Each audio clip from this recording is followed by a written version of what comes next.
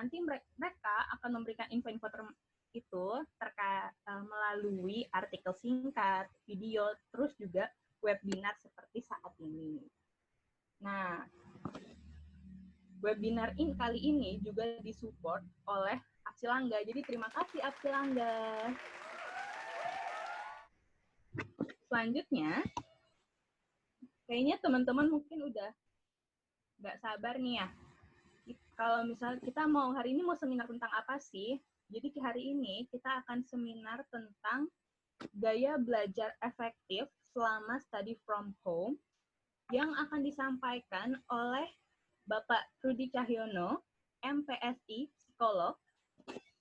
Beliau merupakan pengajar atau dosen di Fakultas Psikologi Universitas Airlangga. Beliau juga merupakan psikolog pendidikan, penulis, konsultan pengasuhan, juga fasilitator creative learning. Nah, pasti kalian udah nggak sabar kan untuk mendapatkan pembelajaran dari Pak Rudi yang sangat keren ini. Nah, jadi langsung saja kita sambut pemateri kita, Bapak Rudi. Bapak Rudi. Ya, hai. Waktu dan tempat. Halo, Assalamualaikum. Silakan, Pak.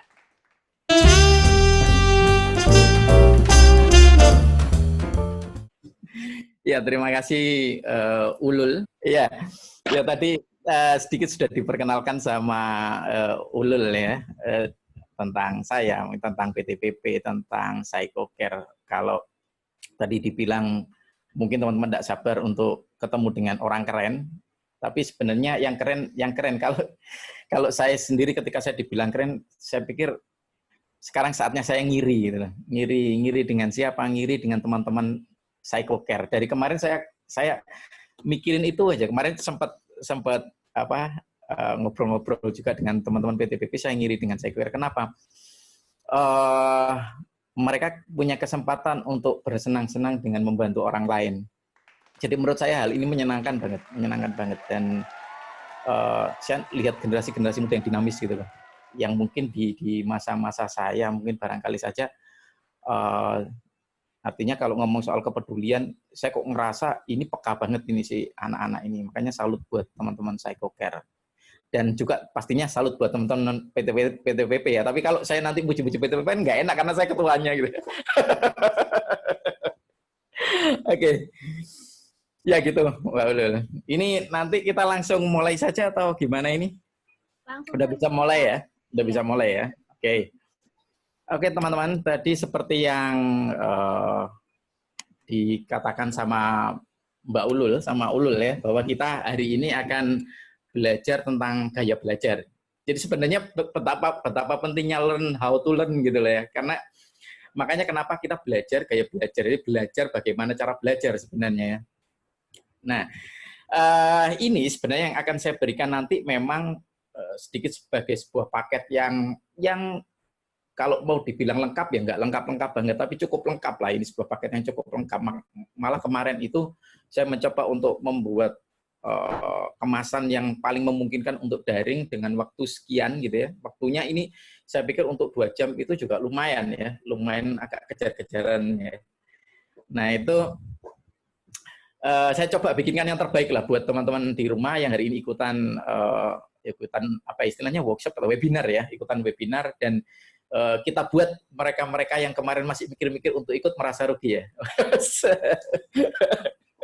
Ya teman-teman, ya gini, saya bilang bahwa ini merupakan paket yang mungkin barangkali saja pasti kesannya nanti ada bagian-bagian yang cukup teoritis, tapi kita coba formulasikan bareng-bareng aja bagaimana aplikasinya ketika kita berada di rumah atau belajar dari rumah ya.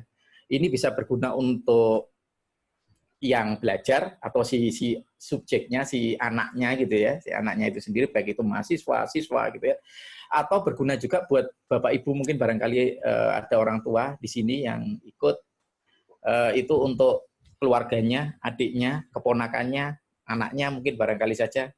Ya kalau ngeles dari anaknya, ngomongnya adiknya juga boleh. Kayak gitu ya. Nah, jadi hari ini kita akan kupas soal itu. Semoga kita bisa mendapatkan hasil yang terbaik untuk hari ini.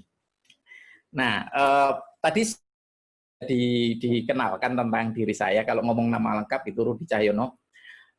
Nama klasik banget ya, Rudi itu klasik ya. Cahyono dan Cahyono itu Jawa banget gitu. Oh, semua yang berakhiran oh Cahyono. Ya, ya sini identitas saya ya. Selebihnya nanti boleh ngobrol-ngobrol dengan saya dengan apa lewat web boleh, itu ada official website saya rudicayo.com. Ada banyak tulisan di situ baik tentang psikologi, tentang edukasi karena saya sendiri kan psikolog pendidikan ya. Saya juga penulis meskipun ya nggak produktif banget, tapi dulu saya biasanya nulis buku-buku justru saya dulu suka banget nulis fiksi ya. Bahkan saya dulu sempat aktif di Indonesia Bercerita karena saya suka membuat cerita untuk mengedukasi. Jadi lewat cerita.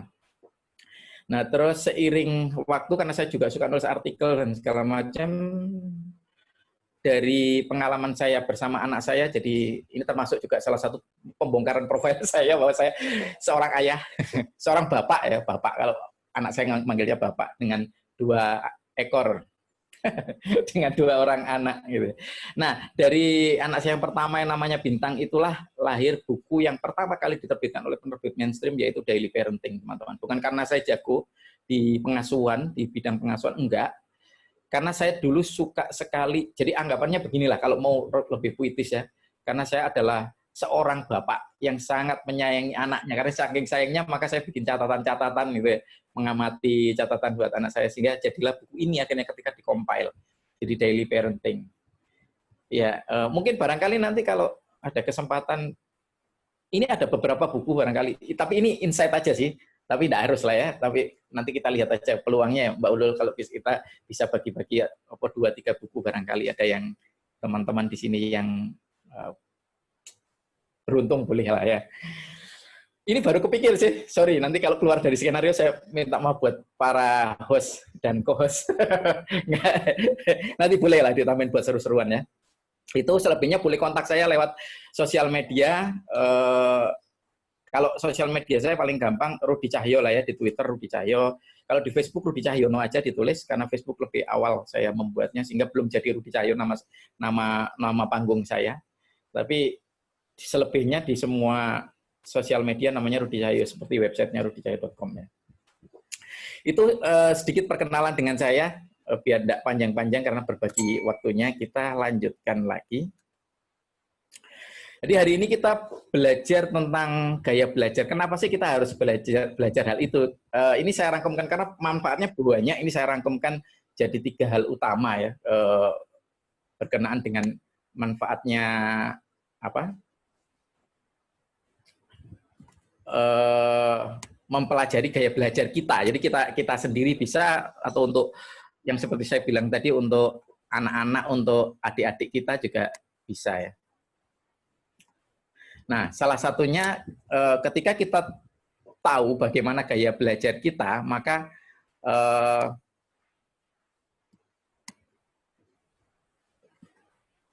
kita akan jadi lebih bisa menyesuaikan antara kesempatan atau fasilitas belajar dengan cara terbaik kita dalam mempelajarinya. Karena gini ya, stimulasi belajar di kehidupan kita, termasuk mungkin di sekolah kita, di kampus mungkin barangkali. Karena kalau tak lihat komposisinya di sini banyak mahasiswa sepertinya ya.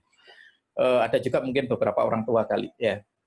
Nah, itu kan ada banyak stimulasi sebenarnya di sekitar kita ya. Meskipun stimulasinya itu seiring berkembangnya usia kita itu stimulasinya jadi sifatnya itu apa namanya ya? Jadi semakin lama jadi seragam ya.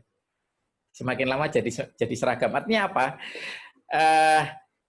Kita biasanya membagi kehidupan itu jadi 3 sekat. Jadi 3 sekat. Jadi ada yang disebut dengan bermain, ada yang disebut dengan belajar, dan ada yang disebut dengan bekerja. Sepertinya itu 3 babak dalam kehidupan kita yang benar-benar kita pisahkan sebagai segmen-segmen gitu ya. Jadi kalau misalnya ada anak yang udah agak besar kemudian kok masih lari-larian di lapangan gitu ya. Nanti kan orang tuanya akan bilang begini, "Wah, kamu tuh main melulu gitu ya. Waktunya belajar sekarang." Karena mungkin itu usia sekolah. Begitu juga ketika kita sudah bekerja, seperti teman saya pernah curhat ya. Jadi dia sukanya kalau ke tempat kerja bawa buku terus baca gitu. Apa reaksi teman-temannya? Sik belajar ya, waktu ini kerja saya gitu. Nah, sepertinya semuanya serba tersegmen begitu. Padahal sebenarnya tidak harus seperti itu. Bukankah seorang Cristiano Ronaldo sekarang masih dibilang bermain bola meskipun dia tetap dapat uang miliaran rupiah gitu ya, atau mungkin miliaran dolar gitu ya, jutaan dolar lah ya. Nah, itu kan masih tetap dibilang bermain dia, padahal dia bekerja gitu kan, sebenarnya tidak harus mensekat-sekatkan itu. Nah, ini yang bikin stimulasi di sekitar kita ketika kita belajar itu semakin menciut. Jadi kalau dulu mungkin kita bermain, ada benda, ada barang, ada gambar di sekitar kita, mungkin sekitar kita lebih berwarna-warni seperti di sekolah pada waktu PAUD gitu ya. Tapi seiring waktu berjalan, SD udah hilang, yang warna-warni hilang gitu ya. Lama-lama SMP nanti semakin harus ngadep ke bangku, harus membaca gitu ya. SMA juga seperti itu. Mahasiswa mungkin juga semakin dihadapkan dengan banyak buku-buku gitu ya. Jadi varian stimulasinya jadi berkurang. Nah, dengan kita paham gaya belajar kita itu seperti apa, maka kita tidak lagi menganaktirikan berbagai stimulasi yang ada di lingkungan kita. Kita jadi peka. Jadi peka gitu loh. Kalau misalnya tiba-tiba ada gambar, maka kita tahu bahwa oh itu preference, itu apa buat kita prefer gitu. Misalnya kalau orang visual ya, oh itu buat saya sesuai. Sehingga gambar itu semakin bisa menunjukkan dirinya sebagai media belajar. Jadi awareness-nya itu naik gitu loh. Jadi bisa lebih peka. Begitu juga ketika dengar musik. Oh ya, musik itu membuat saya lebih mudah belajar. Kalau sebelumnya musik mungkin diabaikan, karena apa? Karena sekian tahun kita diharuskan mungkin belajarnya dengan membaca buku gitu ya. Sehingga ketika dengar suara musik biasa aja tuh gitu. Tapi kalau ketika sudah paham gaya belajar saya itu seperti apa, mungkin musik itu jadi berasa berbeda, bahwa oh ini supporting, oh ini mendukung belajar saya. Awareness-nya naik gitu ya. Yang kedua, memperluas pemberdayaan kemampuan dalam belajar untuk meningkatkan keuntungan karena dapat mengakomodir berbagai informasi dengan cara yang tepat. Nah, kalau kita masuk ke mungkin di dunia belajar, semakin naik levelnya, semakin dari SD, SMP, SMA ke kampus, itu kan informasi semakin banyak yang harus kita pelajari gitu. Begitu juga dengan bekerja, cepat sekali informasi itu. Di era informasi, era teknologi, era internet, informasi begitu cepat. Sehingga ketika kita tahu bagaimana gaya belajar kita, maka kita akan bisa lebih tahu bagaimana memanage informasi-informasi yang banyak itu sebagai keuntungan buat kita. Jadi lebih mendatangkan keuntungan, baik dikaitkan sama pekerjaan. Suatu saat mungkin kalau mahasiswa ada tugas-tugas gitu ya. Jadi ada stimulasi di sekitar kita, ada banyak informasi, maka kita jadi lebih aware informasi yang penting yang mana buat tugas kita gitu ya. Terus yang ketiga, meningkatkan kemampuan belajar dan kesadaran tentang bagaimana kita belajar. Memahami bagaimana kita belajar adalah langkah awal untuk pengembangan diri. Iya teman-teman, jadi kita jadi lebih efektif lah ya untuk pengembangan diri. Baik itu ngomong soal karir, ngomong soal visi, ya mungkin untuk meningkatkan istilah mastery atau expertise-nya, kemampuan kita dalam satu bidang tertentu, maka gaya belajar akan membantu kita untuk lebih berkembang di track kita atau sesuai dengan visi atau rencana karir kita. Itu 3 hal utama, meskipun banyak banget keuntungannya ya, banyak banget. Nah, untuk selanjutnya, mungkin dalam kehidupan kita sehari-hari kita sangat familiar dengan ini ya, dengan gambar-gambar inilah ya. Ada mata, telinga, lengan gitu ya, tangan ya.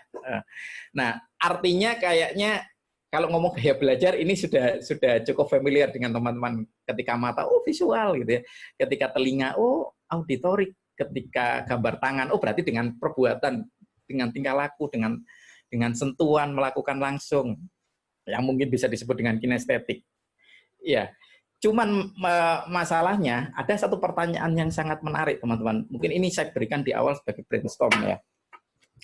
Orang bertanya-tanya, sebenarnya gaya belajar itu adalah produk. Produk itu kan berarti kan komoditas ya, produk gitu ya. Artinya ini sebenarnya diciptakan hanya untuk keuntungan orang yang membuatnya atau enggak sih gitu ya. Artinya kalau dalam pertanyaan yang lebih simpel, gaya belajar itu sebenarnya ada atau enggak. Nah, beberapa ahli itu menganggap bahwa Ini tidak ada. Sayangnya seperti itu. Ya. Jadi apa yang secara intuitif kita yakini benar selama ini, sebenarnya tidak benar-benar menemukan bukti secara empirik di lapangan. Jadi gaya belajar itu apakah ada atau tidak? Ini beberapa ahli seperti yang salah satu eksperimennya dari Tasia Mersic ya. Ini seorang asisten profesor di Wisconsin University atau di mana saya lupa ya. Itu dia mengadakan eksperimen seperti ini. Jadi ada tiga kelompok orang dengan gaya belajar visual, auditory, kinestetik, kemudian disajikan tiga bentuk informasi yang berbeda-beda. Jadi secara visual, jadi ada gambar gitu ya. Jadi ada beberapa gambar benda gitu ya. Terus ada juga yang lewat pendengaran, jadi bendanya yang tadi dalam bentuk gambar itu disebutkan.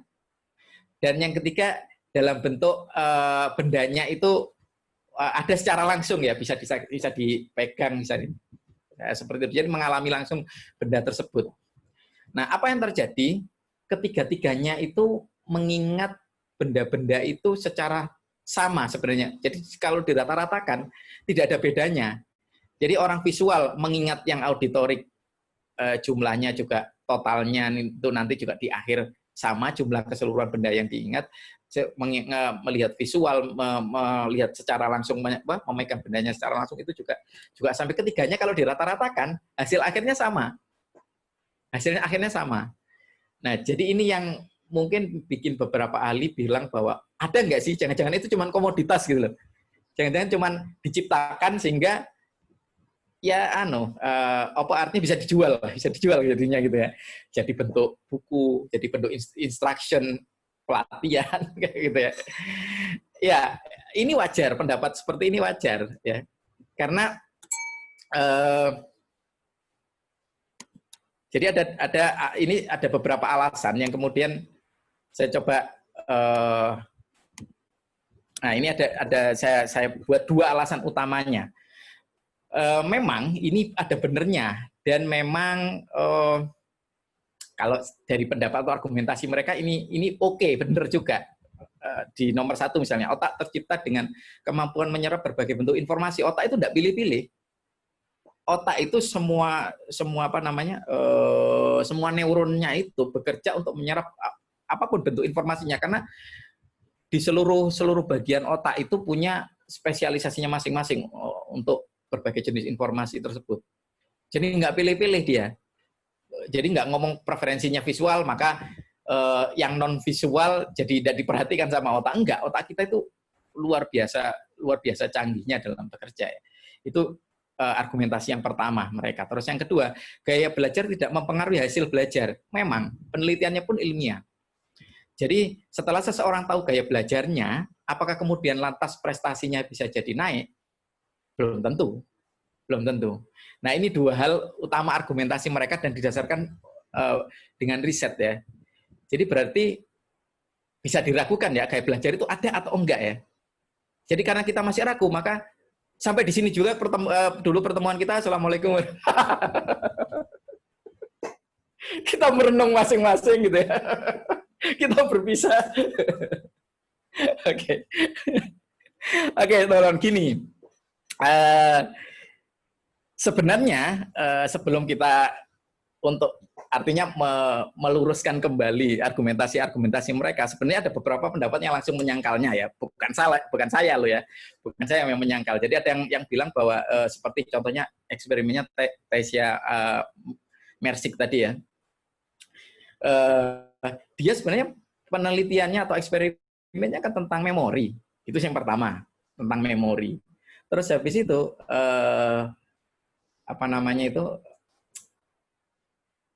input atau outputnya yaitu tentang berarti mengingat benda-benda yang dia suguhkan atau yang dia sajikan gitu ya, baik itu visual maupun dengan suara maupun dengan menyaksikan langsung, memegang langsung bendanya.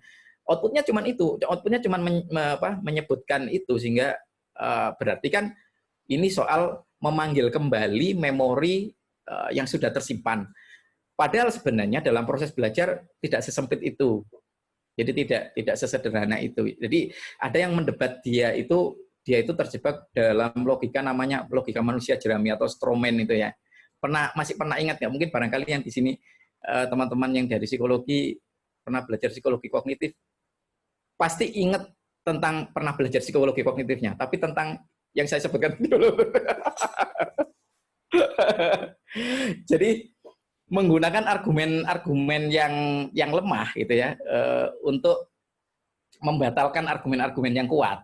Jadi penelitiannya pada skup yang sempit tentang memori, tentang menyebutkan beberapa benda saja, langsung ngomong bahwa gaya belajar tidak ada. Ya, tunggu dulu gitu ya.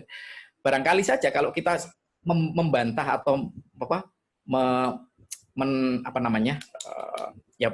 menyangkal tentang gaya belajar, ini sama saja dengan penyangkalan hal yang lebih fundamental seperti personality atau kepribadian. Jangan kepribadian tidak ada ya, itu misalnya. Namanya personality, persona itu kan topeng ya. Topeng itu kan pencitraan ya, citra ya. Jangan-jangan itu cuma bikinan aja gitu ya. Artinya bukan benar-benar personnya ya, bukan personnya. Ya iyalah gitu ya. Memang kita tahu diri kita yang sesungguhnya sebenarnya originalnya seperti apa ya, nggak tahu lah. Kita katanya orang-orang eksistensialis kita lahir dalam keterlemparan. Jadi kita tidak pernah meminta tiba-tiba jadi begini gitu kan ya. Ya kita tidak tahu diri kita yang asli seperti apa. Kita itu sudah bentukan banget gitu loh. Orang tua kita, lingkungan kita gitu, bentukan banget meskipun ada modalitas dalam diri kita. Nah, sekarang ini justru yang kita akan mau pelajari hari ini itu modalitasnya itu. Yang kita punya itu gitu loh.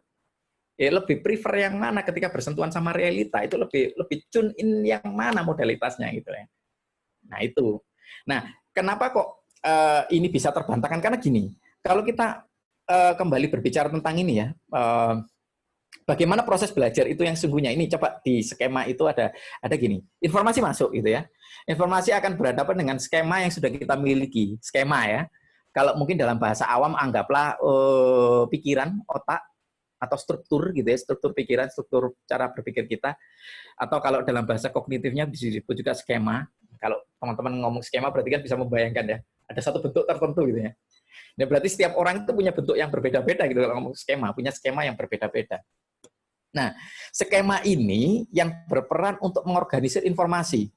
Jadi kalau ada informasi masuk, ya ini ya, dia yang bekerja. Bentuk skema menentukan bagaimana pengorganisasian informasinya. Jadi bisa saja ya, ada 3 orang murid, 4 orang, 5 orang murid gitu ya. Terus habis itu ada seorang guru menyampaikan satu hal, informasinya sama, tapi oleh masing-masing siswa atau masing-masing murid ini atau masing-masing mahasiswa gitu ya, itu diproses secara berbeda tergantung bagaimana skemanya masing-masing. Nah, ketika ada stimulasi ini atau pengalaman baru ini, maka itu akan diorganisir. Nah, kalau di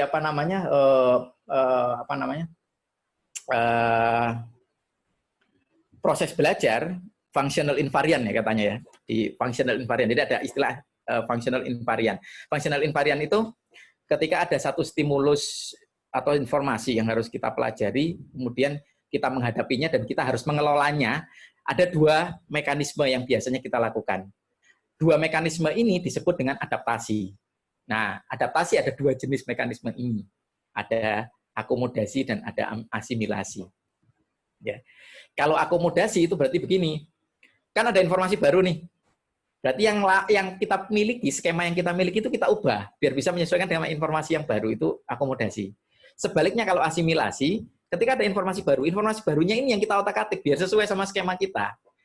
Jadi itu terus-menerus terjadi. Jadi tidak selalu terjadi hanya salah satunya, enggak, dua-duanya bisa terjadi secara bergantian atau bersamaan. Hanya saja mana yang lagi ingin oleh si subjeknya itu yang belajar itu yang mau diperkuat yang mana, akomodasinya atau asimilasinya, ngubah diri kita atau ngubah informasinya gitu ya. Jadi ada 2 itu. Nah, nanti kalau sudah sepakat, istilahnya kalau kayak orang deal-dealan itu loh, orang apa? Tawar-menawar. Wis 500.000 wis. 450 wis gitu misalnya. 450 gitu ya.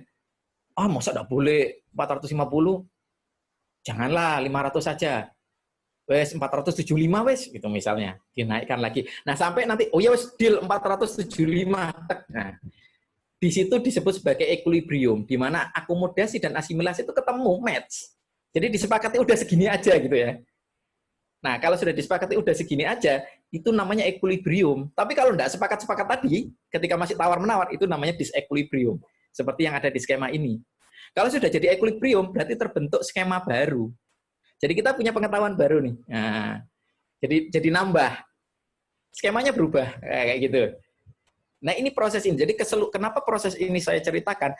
Dari proses ini aja, ini sudah cukup untuk menjelaskan bahwa kalaupun kita tidak mau menyebut itu sebagai gaya belajar, maka proses belajar itu ada. Ketika proses belajar itu ada, maka ada kerja kognisi, kerja kognitif kita.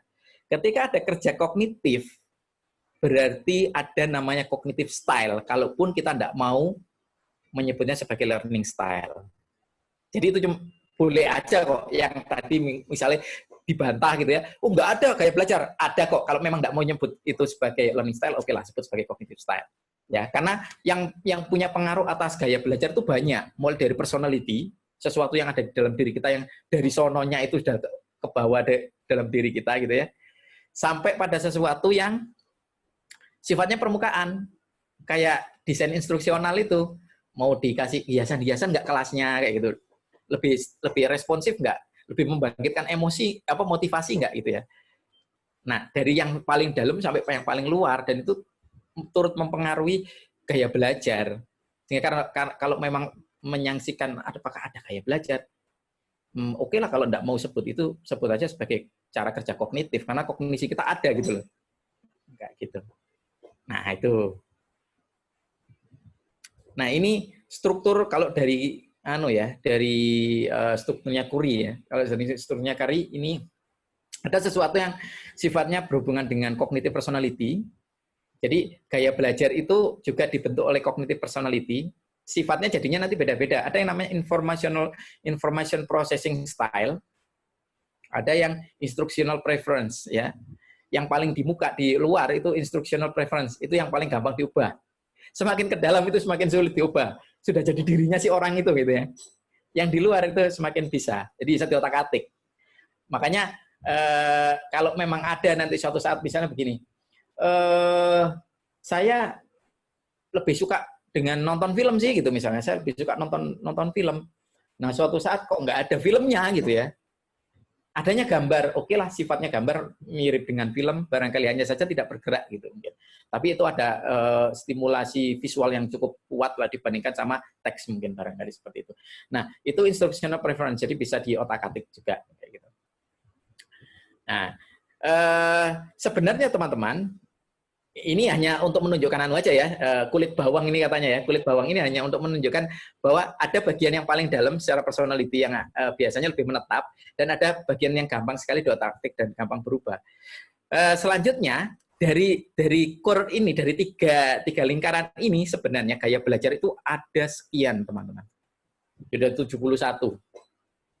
Kalau dipelajari semua hari ini, ya bisa berseri-seri ini. Kita mau bikin seri webinar untuk ini kayaknya.